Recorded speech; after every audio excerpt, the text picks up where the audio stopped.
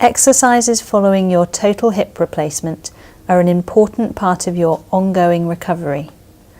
The following video demonstrates the recommended exercises we teach here at North Bristol NHS Trust.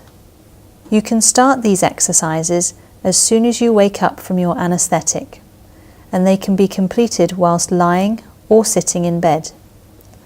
Aim to complete each exercise 10 times and repeat 4 to 5 times per day.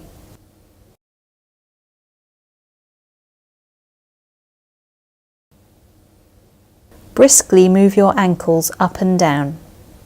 This will help maintain your circulation and prevent the formation of a blood clot. Pull your toes up towards you and push the back of your knee down into the bed. Hold for 5 seconds and relax. This will help to maintain the strength of your thigh muscles in preparation for standing and walking. Bend your knee by sliding your heel towards your bottom and slowly down again. This will improve the movement at your hip and knee. Keeping your operated leg straight and pulling your toes towards you, gently slide your leg out to the side as far as comfortable and back again. Ensure your toes continue to point upwards to avoid rotating the hip.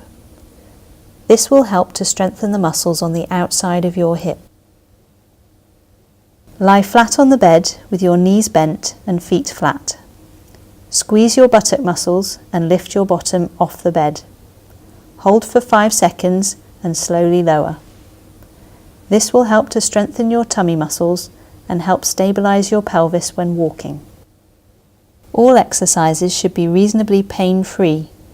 Please remember, it is normal to feel an ache after exercises.